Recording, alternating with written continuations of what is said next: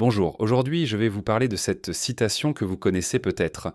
La mort d'un homme est une tragédie, la mort d'un million d'hommes est une statistique. Cette phrase est souvent mal interprétée, alors permettez-moi de vous expliquer ce que j'entendais vraiment par ces mots. Avant de commencer, permettez-moi de vous demander de vous abonner, liker, commenter et de partager cette vidéo. Lorsque j'ai prononcé cette phrase, j'évoquais une réalité crue et inévitable du pouvoir et de la politique. Dans un contexte de leadership comme le mien, où les décisions doivent être prises pour gérer un pays immense et complexe, la perception de la perte humaine change radicalement. Laissez-moi vous expliquer pourquoi. La mort d'un seul individu est, sans aucun doute, une tragédie.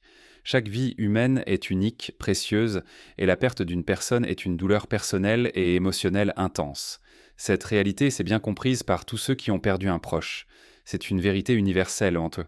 La souffrance d'une famille, d'une communauté face à la perte d'un être cher est toujours une tragédie profonde.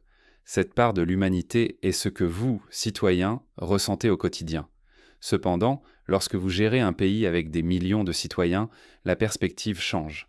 La mort d'un million de personnes devient une statistique parce que, dans le cadre de la gestion étatique, les individus sont souvent réduits à des chiffres dans des rapports, des plans et des calculs.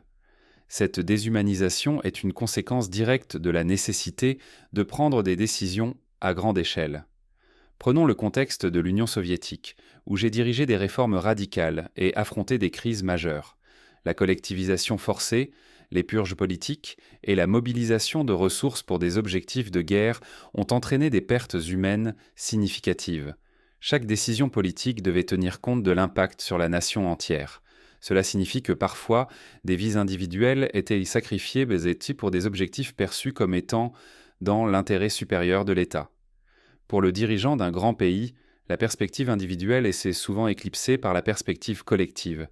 Les politiques de grande envergure nécessitent moins des sacrifices, et ces sacrifices, pour être justifiés ou compris, sont souvent traités comme des données statistiques. C'est une réalité amère que tout dirigeant confronté à de telles responsabilités doit reconnaître.